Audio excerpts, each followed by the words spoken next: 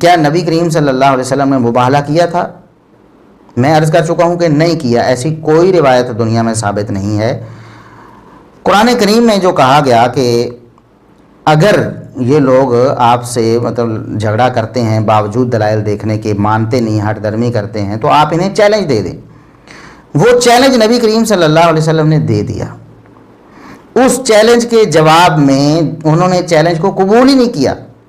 کسی کافر نے، کسی مشرک نے، کسی بدبخت نے جو نبی کریم صلی اللہ علیہ وسلم کا دشمن تھا، اسلام کا دشمن تھا، اس نے بالکل چیلنج قبول ہی نہیں کیا۔ مرزا صاحب کہتے ہیں کہ اور عورت میں کون؟ صرف ایک عورت، سیدہ فاطمہ، بیوی نہیں ساتھ لے کے گئے۔ تو میں نے کہا ان میں یہ بھی شرم و حیا نہیں ہے کہ یہ آیت مبالغہ جو ہمیں مبالغے کرتے ہیں نا، یعنی آل امیہ کو بچانے کے لیے، یہ مبالغے والی آیات اور حدیث بیان نہیں کر سکتے، یہ تو ان کے گاٹے فٹ ہو جائیں گی۔ مجھے جو مشورے دے رہے ہیں کہ جی آپ اپنے گھر والوں کو، بچوں کو، بیوی کو لے آؤ، تو بیوی تو آئی نہیں تھی سر اس میں، تو آپ کو تو یہ پہلے کلیئر ہی نہیں ہے کہ مبالغے میں گیا کون کون تھا۔ مرزا صاحب پہلی بات تو یہ ہے کہ قرآن نے بیویوں کا ذکر کیا ہے، اور آپ کو قرآن کی آیت پڑھ کر چیلنج دیا گیا، فَقُلْ تَعَالَوْا نَدْعُ أَبْنَاءَنَا وَأَبْنَاءَكُمْ وَنِسَاءَنَا وَنِسَاءَكُمْ۔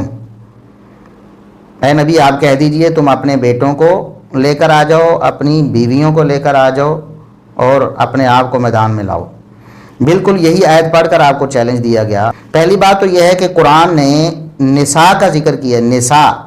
نساء بیویوں کو کہتے ہیں عربی زبان میں اصولی اور بنیادی طور پر، اگرچہ اس کا معنی عورتیں کیا جاتا ہے، لیکن بنیادی طور پر اس سے مراد بیویاں ہوتی ہیں۔ اس سے مراد دوسری عورتیں بھی ہوں، تب بھی ایک بیٹی کو لے جانے سے عورتوں والا حکم پورا نہیں ہوا۔ اللہ نے کیا حکم فرمایا؟ آپ ان سے کہیں اپنی عورتوں کو لے کر آئیں۔ ہم یہاں تھوڑی دیر کے لیے بیویاں ترجمہ نہیں کرتے، ہم کہتے ہیں اپنی عورتوں کو لے کر آؤ۔ تو مرزا صاحب ایک بیٹی تو پھر بھی عورتیں نہیں ہے، ایک بیٹی تو واحد ہے نا۔ تو اللہ تبارک و تعالیٰ نے قرآن میں جمع کا لفظ استعمال کیا ہے، جمع کا صیغہ، ایک بیٹی کو لے جانے سے اس پر عمل نہیں ہوتا۔ آپ کے پاس کیا دلیل ہے مرزا صاحب کہ قرآن کے اس حکم پر نبی کریم صلی اللہ علیہ وسلم نے عمل نہیں کیا؟ بتائیں نا آپ کے پاس کیا دلیل ہے کہ نبی کریم صلی اللہ علیہ وسلم گئے، بیٹی کو لے کر گئے، بیویوں کو لے کر نہیں گئے؟ یہ تو پورا جھوٹ ہے آپ کا کہ نبی کریم صلی اللہ علیہ وسلم مبالغے کے لیے گئے تھے، بیویوں کو لے کر نہیں گئے تھے، بیٹی کو لے کر گئے تھے۔ ایک بات۔ دوسری بات، اگر نبی کریم صلی اللہ علیہ وسلم گئے بھی تھے تب بھی بیویوں کو لے کر نہ جانے کا ذکر، عدم ذکر، یہ اس بات کی دلیل نہیں بن سکتا تھا کہ نبی کریم صلی اللہ علیہ وسلم بیویوں کو لے کر نہیں گئے، کیونکہ آپ نے کہا کہ حدیث میں آیا کہ نبی کریم صلی اللہ علیہ وسلم نے اپنی بیٹی کو، اپنے دونوں نواسوں کو اور اپنے داماد علی رضی اللہ عنہ کو بلایا۔ حدیث میں تو اتنا ہی ہے، اس پر آگے تفصیلی بات ہوگی کہ آپ نے بلایا، مبالغے کے لیے نہیں لے کر گئے، بلایا۔ اگر اس سے مراد مبالغے کے لیے لے کے جانا آپ ثابت کر لیں، ہم مان جائیں تھوڑی دیر کے لیے کہ آپ لے کر گئے تھے، پھر بھی بیویوں کا ذکر نہ ہونا اس بات کی دلیل نہیں ہے کہ بیویوں کو لے کر نہیں گئے تھے، کیونکہ خود آپ بار بار بتا چکے ہیں لوگوں کو کہ عدم ذکر تو قرآن میں بھی ہوتا ہے، حدیثوں میں آ جائے تو کوئی مسئلہ نہیں۔ تو اس طرح کا عدم ذکر تو قرآن میں بھی ہوتا ہے، تو حدیثوں میں آ جائے تو کوئی مسئلہ نہیں، ٹھیک ہو؟ کہتے ہیں عدم ذکر تو قرآن میں بھی ہے، حدیثوں میں آ جائے تو پھر کیا مسئلہ ہے؟ تو حدیث میں اگر آ گیا بالفرض، اس سے مراد یہ تھے لے کر جانا تھا، نکلنا تھا، مبالغے میں لے کر جانا تھا، پھر بھی بیویوں کا عدم ذکر عدم وجود کی دلیل نہیں بنتا مرزا صاحب۔ اس بات کی کیا دلیل ہے کہ بیویوں کو لے کر نہیں گئے؟ اس سے آگے آپ نے کہا کہ عدم ذکر احادیث میں تو آتا ہی ہے، لیکن قرآن مجید بھی بھرا پڑا ہے۔ عدم ذکر سے احادیث بھری پڑی ہے، عدم ذکر سے قرآن بھی بھرا ہوا ہے۔ عدم ذکر سے قرآن کریم بھی بڑا پڑا ہے، حدیث میں بھی آتا ہے، لہٰذا عدم ذکر عدم وجود کی دلیل نہیں۔ یہ اصول آپ بار بار بیان کرتے ہیں، یہاں کیسے ہو سکتا ہے؟ اگر مان لیا جائے کہ نبی کریم صلی اللہ علیہ وسلم مبالغے کے لیے گئے تھے اور اپنی بیٹی کو اور اپنے نواسوں کو اور اپنے داماد کو لے کر گئے تھے، اگر یہ مان لیا جائے تو یہاں سے یہ کیسے ثابت ہوگا کہ بیویوں کو نہیں لے کر گئے؟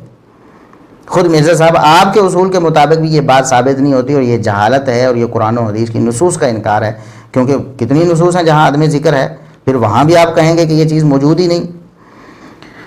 تیسری بات یہ ہے کہ اگر نبی کریم صلی اللہ علیہ وسلم بالفرض مباہلے کے لیے نکلے ہوتے، اپنے بیٹوں کو یعنی نواسوں کو، اپنی بیٹی کو اور اپنے داماد کو لے کر گئے ہوتے، اور یہ لکھا ہوتا، قرآن میں بھی لکھا ہوتا یا حدیث میں بھی لکھا ہوتا کہ بیویوں کو لے کر نہیں گئے، تب بھی اس میں یہ احتمال تھا کہ چونکہ وہ اگلے جو بالمقابل ہیں وہ بیویوں کو لے کر نہیں آئے تو آپ صلی اللہ علیہ وسلم بھی بیویوں کو لے کر نہیں گئے، وہ بیویوں کو لے کر آتے تو آپ صلی اللہ علیہ وسلم بھی بیویوں کو لے کر جاتے۔ لہٰذا یہاں بھی اگر یہ فرض کر لیا جائے کہ آپ گئے تھے اور یہ بھی مان لیا جائے کہ آپ بیویوں کو نہیں لے کر گئے تھے، حالانکہ ایسا کچھ ثابت نہیں، اگر بالفرض یہ مان لیا جائے تب بھی یہ ثابت نہیں ہوتا کہ آپ نے بیویوں کو چھوڑا تھا جان بوجھ کے کسی اور وجہ سے۔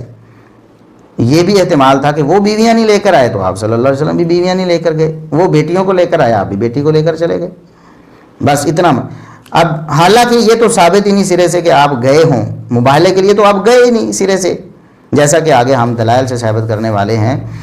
اب مرزا صاحب کیا آپ کو اس حوالے سے کوئی شرم آئے گی؟ لوگوں کو آپ شرم دلاتے ہیں کہ ان کو شرم و حیا ہی نہیں، کیا آپ کو شرم و حیا آئے گی اور آپ اس بات کو سوچیں گے اور غور کریں گے کہ مبالغہ ہوا ہی نہیں تو میں یہ سارا یہ جو پورا پراپیگنڈا کر رہا ہوں ازواج مطہرات کے خلاف بھی اور آل امیہ کے خلاف بھی، سیدنا عثمان رضی اللہ عنہ، سیدنا معاویہ رضی اللہ عنہ اور دیگر جو نبی کریم صلی اللہ علیہ وسلم کی رشتہ داریاں ہیں آل امیہ میں، سسرالی رشتہ داریاں، ان پر آپ تان کر رہے ہیں تو کس بنا پر کر رہے ہیں؟ حالانکہ وہ ثابت ہی نہیں۔ اب دلیل بھی ایک سن لیں، آگے تفصیل پھر آئے گی۔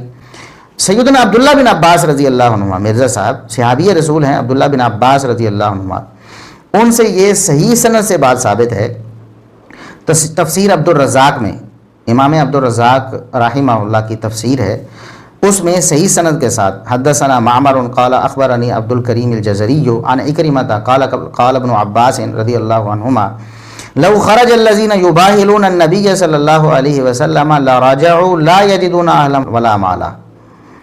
اگر نبی کریم صلی اللہ علیہ وسلم سے کوئی مبالغہ کرتا، اگر کسی نے یہ سوچا بھی تھا کہ میں مبالغہ کروں اور اگر وہ مبالغہ کر لیتا، کوئی بھی لوگ مبالغہ کرتے تو وہ اس طرح اپنے گھروں کو لوٹتے کہ نہ ان کے پاس اپنے اہل و عیال میں سے کوئی بچتا اور نہ کوئی مال بچتا۔ گھر پہنچنے سے پہلے ہی ان کے اہل و عیال بھی تباہ و برباد ہو جاتے اور ان کا مال بھی تباہ و برباد ہو جاتا۔ الفاظ پر غور کریں کہ اگر کوئی مبالغہ کرتے نبی کریم صلی اللہ علیہ وسلم سے تب یہ ہوتا، مبالغہ کیا ہی نہیں تو یہ ہوا ہی نہیں۔ مرزا صاحب بات آپ کو سمجھ آئی ہے؟ سیدنا عبداللہ بن عباس رضی اللہ عنہما فرماتے ہیں کہ مبالغہ نہیں ہوا۔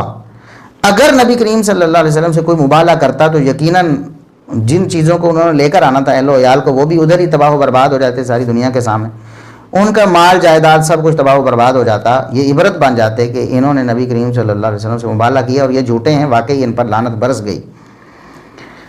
اب آپ مرزا صاحب بتائیں، جب سیدنا عبداللہ بن عباس فرماتے ہیں کہ مبالغہ ہوا ہی نہیں اور دلیل صحیح سند کے ساتھ ہم نے آپ کے سامنے پیش کر دی ہے، آپ بتائیں کہ کون کلیئر نہیں ہے آیت مبالغہ کے بارے میں؟ آپ کہتے ہیں نا کہ یہ خود ہی کلیئر نہیں ہے آیت مبالغہ کے بارے میں، آپ اب بتائیں کہ کیا آپ کلیئر ہیں آیت مبالغہ کے بارے میں؟ آیت مبالغہ سے یہ قطعاً ثابت نہیں ہوا کہ آپ نے مبالغہ کیا، اور صحیح مسلم کی حدیث سے بھی جیسا کہ ہم عرض کرنے والے ہیں ایسا کچھ ثابت نہیں ہوا۔